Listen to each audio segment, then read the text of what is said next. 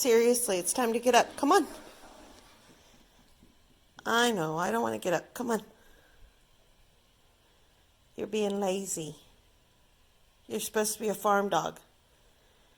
You should have already done your patrols. Are you not going to get up this morning?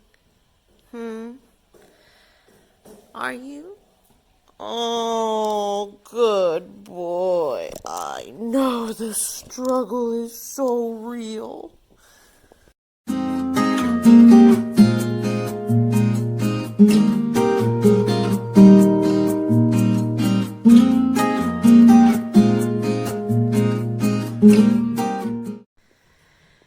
Hello and welcome back to Robertson Bellyacres, not just Bellyacres. Today, Tidbit Tuesday, whoop whoop. We are starting a whole new series. We are going to try and help you land a job. Okay, so here's the thing. When you first move out and you're first on your own, I mean, even before you move out, we've talked to the kids. The kids always had jobs during high school. We preached a lot of things to them about getting a job. The thing about our world now is things are so lax. And I'm saying all of this with no makeup on and my hair is a mess and I'm still in my work clothes. But hey guys, I already have a job. So please excuse all this. We've been striping parking lots and power washing today. So we're just kind of catching you guys at the end of our day. But anyway, one of the main things that we have always told the kids is dress for success. And we've always preached this and we've always lived by this, Russ and I both. Dress for success. So when you are going, not even for an interview. Let's just say you are going to go out and talk to managers and see about getting a job. Okay, we realize that we are old and that most applications are done online nowadays. We get that, we understand. But there's something about walking into a place and saying, hey, are you hiring? Not just that, walking into an establishment, asking to speak to a manager, and then asking the manager if they are hiring. It just shows that you are putting forth initiative. So you are really looking for a job. You truly want to work there, okay? So we stress that a lot to the kids. Show up, talk to a manager. If they say you have to apply online, absolutely. I call you whenever after I fill out my application online to let you know that it's there. And we're going to talk more about how to talk to people. There is a certain way to talk to people that is engaging. And so we are going to talk about body language. We are going to talk about dressing for success. We are going to talk about interview tips. We're going to cover a whole lot in the next few Tuesdays because we're trying to cover this landing a job series and trying to cover all our bases. And if we tried to do that in one video, it would be 10 hours long. So we're going to cut it up into little episodes. If you're just going in to talk to somebody and ask if they're hiring, dress the part. Don't go in with shorts unless they're like city shorts or something, but don't go in with joggers on. Don't go in with an old ratty t-shirt. Comb your hair. Oh my goodness. Comb your hair. Put a little bit of makeup on if that's what you do. If you don't wear makeup, don't wear makeup, but just make yourself presentable so that you don't look like somebody that's just walking in going, I don't care if I get this job or not. Put forth the effort, even if you're just going to ask if they are hiring, okay? So in the dress for success, sometimes you have to wear something that may need to be ironed or touched up with an iron. So I know you can put the wrinkle-free on it. You can throw it in the dryer. I get that. I've done all of those tricks. I was a banker for 12 years. And I didn't always have time to iron my clothes when I went to work. So I know all the tricks. Throw it in the dryer, put a wet towel in there with it, buy the wrinkle free. But there's something about a crisp, fresh ironed shirt, especially you guys if you're wearing a shirt and tie. Women, we have blouses, the button-up blouses. Even if you're wearing it under a jacket, iron that baby. It just pulls everything together and makes you look polished.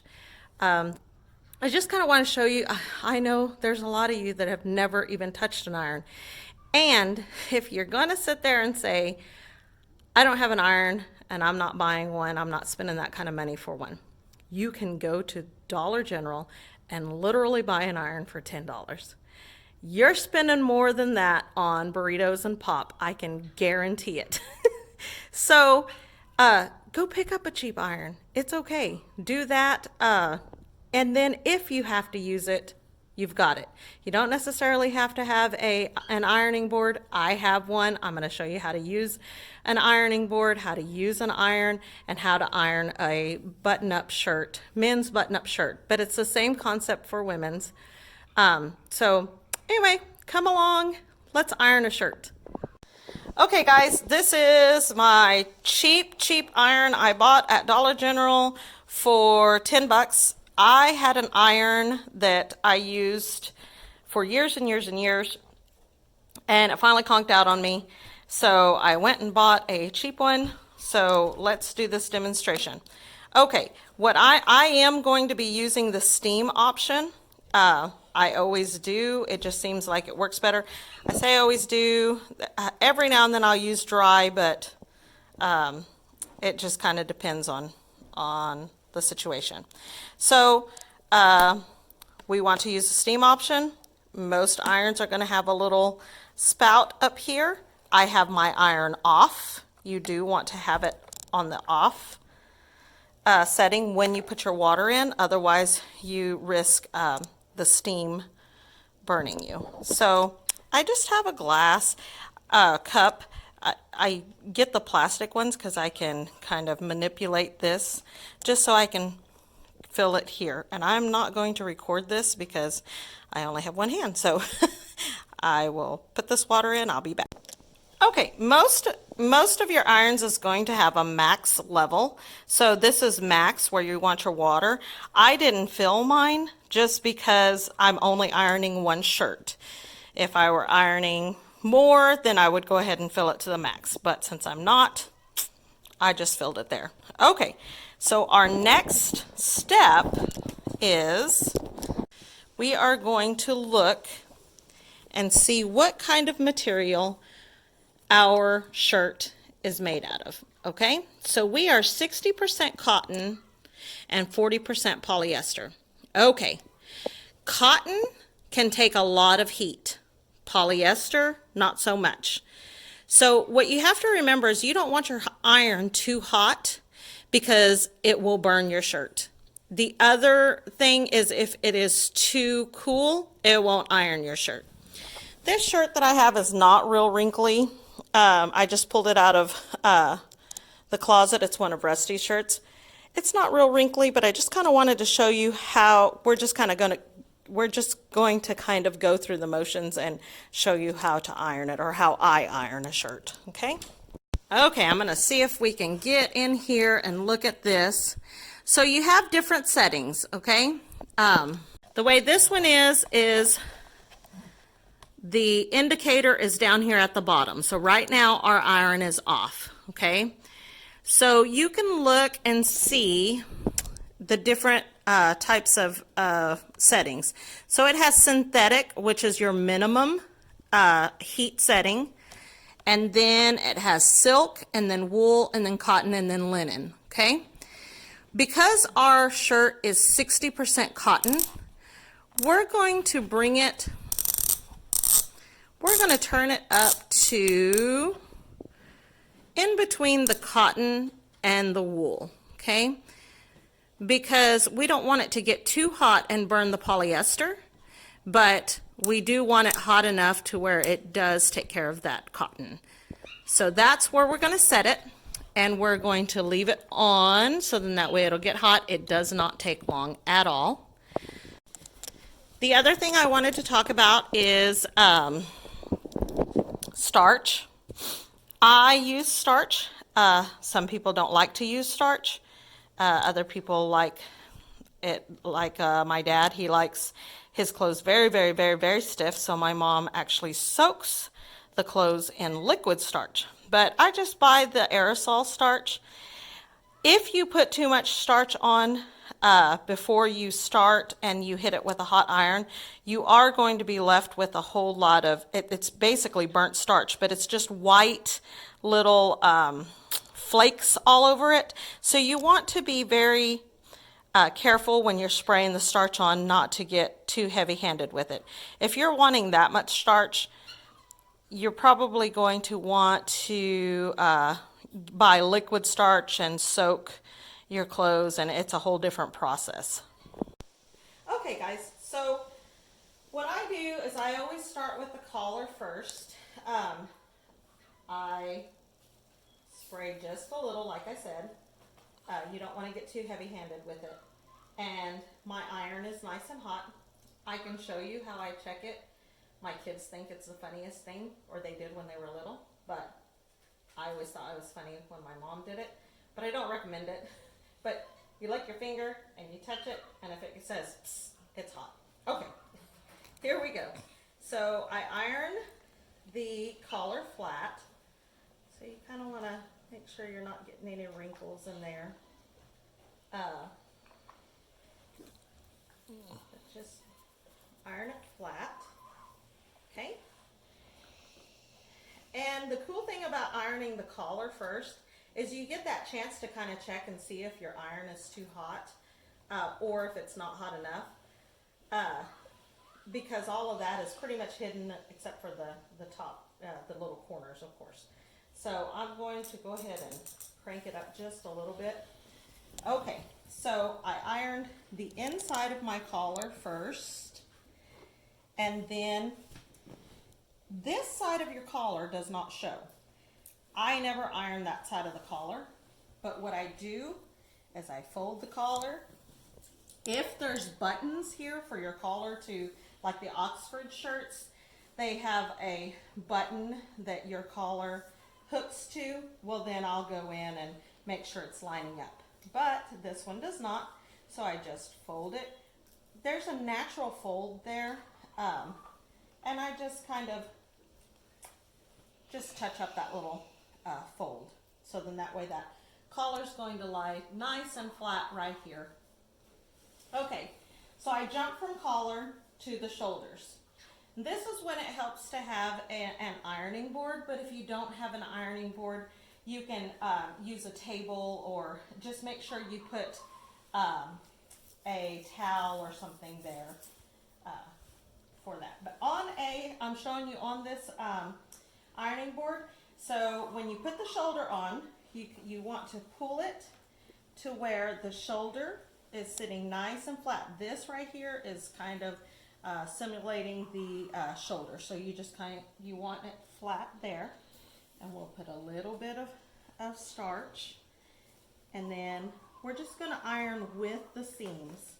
So you want to pull, make sure, just watch your fingers. I've been doing this a long time, so my fingers are a little more used to the heat, but you do want to watch your fingers.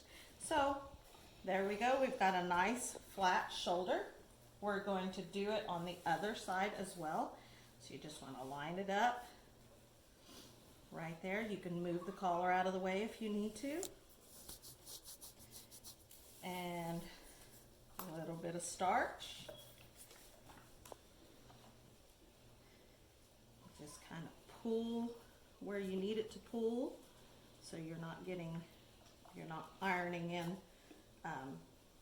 wrinkles.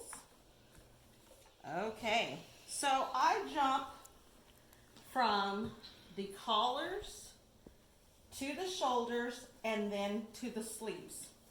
And the reason I do the sleeves next and the body last is because if I waited to do the sleeves, as you'll see, I'm kind of throwing the body around, okay? I don't want this to get wrinkled after I've ironed it. So I do the sleeves next, okay? So what you want to do with the sleeves, you're going to pull it to where the seam underneath, this is tricky, the underarm right here, it gets kind of tricky. So what I do is with the buttons up, I'm going to go ahead and unbutton that one. With the buttons up, I make sure that the underarm seam is also up. So on the bottom, the seam is not there. I want the seam just like that, okay? And I'm going to kind of flatten it out a little bit. Most of your cuffs are going to have a cute little crease right here, or a little pleat. So you do want to pay attention to that pleat. Some of your pleats will come way out, some of them not so much. This one has a pleat on both sides. So just kind of be mindful of that. Make sure that your pleats are laying flat. So then that way when you iron over them, you're just recreating that pleat, okay? So then, just like the rest of it, you just run along the seam, okay? And you are going to get some wrinkles. You know, it's going to push the fabric around. You just have to just manipulate it, pull here and pull there. There's a little pleat there. We're going to kind of go over that. Okay, if you want to come in here, you see this? I put the starch on there. That's what I was talking about, that white that kind of gets, you know, on there. You can just kind of dust that off, or if you have a lint roller, just roll that over and it'll take that burnt starch right off of there. Okay, so right here, what we're going to do is we're going to open these cuffs up, okay? So I'm going to spray a little bit. We're going to iron those cuffs, and I just iron them flat on the underside, okay? And then when I put them back together, I line up that button with the buttonhole, and I go ahead and make that crease. Here we have this little pleat. Here's what I'm talking about.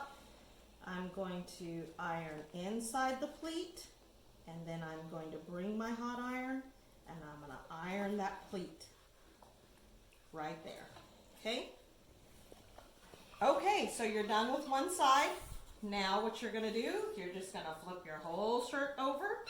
And the reason you want to do this is because that other side looks so pretty, but if you zoom in right here, see, sometimes you get folds on the other side, and they will kind of pleat, so you want to make sure you're getting both sides, okay? So again, I'm going to repress that cuff now that I know where it's, you know, the buttons are lined up. And then I'm just going to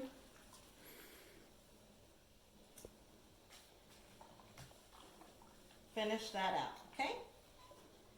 Okay, I also have pleats right here, and I just kind of touch those up. When you're ironing, especially if you have a darker shirt, right here you want to take special care to kind of go around your buttons, because if you iron over your buttons, it will make a little stain, not a stain, but like a marker where your buttons are, and you don't want that showing, okay? Okay, I'm going to go ahead and do the other side, and then we will come back. Okay, so the sleeves are ironed. So now we just take the body of the shirt, and I always put the collar side to the smaller end of your ironing board. Lay it flat. I start with the buttons because this I have all the fabric on this side, and then go that way, because then it hangs freely. You're less apt to step on it or whatever and get it all wrinkled again, okay? So then we're just going to, here we're going to iron around the buttons. And like I said before, you don't want to iron over buttons like here, there's some buttons, like the extra buttons or whatever. So I just kind of touch up on both sides, all the way around the little buttons. Okay. Then you just